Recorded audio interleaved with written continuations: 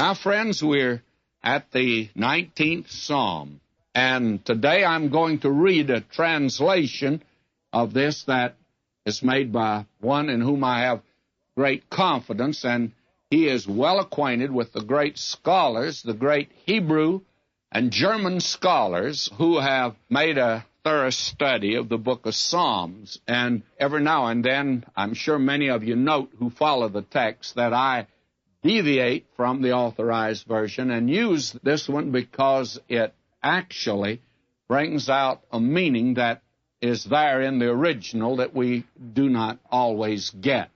Now, this is a psalm that can be called a great psalm of creation. It has been divided by many scholars into two parts, creation and the revelation of Jehovah in the law, that is, in His Word. Well, I have attempted to divide the psalm into three parts. We have the first part, the cosmos, the creation. Then we have the commandments, and that begins with verse 7 and goes down through verse 11. And then verses 12, 13, and 14, here we have Christ. And my feeling is that He has a special place here. And, of course, the subject is redemption and salvation and the grace of God. So what we really have here is the revelation of God in creation, in His commandments, and in Christ, the grace of God. Law and grace and creation, I think, give us a complete revelation of God. That is all that God saw fit to give to man. I do not think He's exhausted all the things He could tell us about Himself.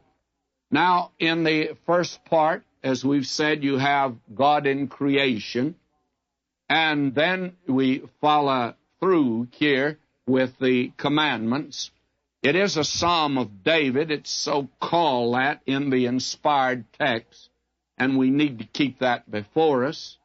Then we note, actually, there is a division here that is right in the text. The first part of it uses the name for God, which is El, the Mighty One. It's the one used in creation. I think I can remember part of the first verse in Genesis in Hebrew. It's Bereshith, Bara, Elohim, and that's the word. Elohim, in the beginning, Elohim created the heavens and the earth. This is His name as the Creator. Then, beginning in the Psalm, when we come to the law of the Lord is perfect, verse 7, actually, we have Jehovah there. And you have here Jehovah Sureh Goli, Jehovah my rock, my redeemer. So that when you follow through in a psalm like this, you don't need to have two different authors. This psalm, no one's attempted to divide it as they've attempted to divide the Pentateuch.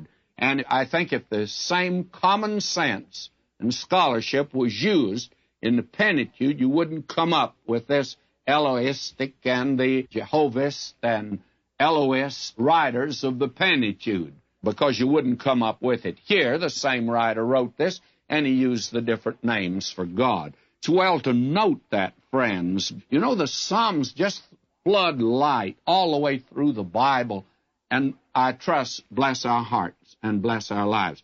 Now, actually, in the first 6 verses, we have creation, and this has been called a morning psalm again. It's in contrast to the other psalm that we had, the 8th psalm of creation. There we saw the moon and the stars. That's a night psalm. This is a day psalm because it's the sun that's brought before us here. And here we have God's wonderful creation bearing a testimony to it.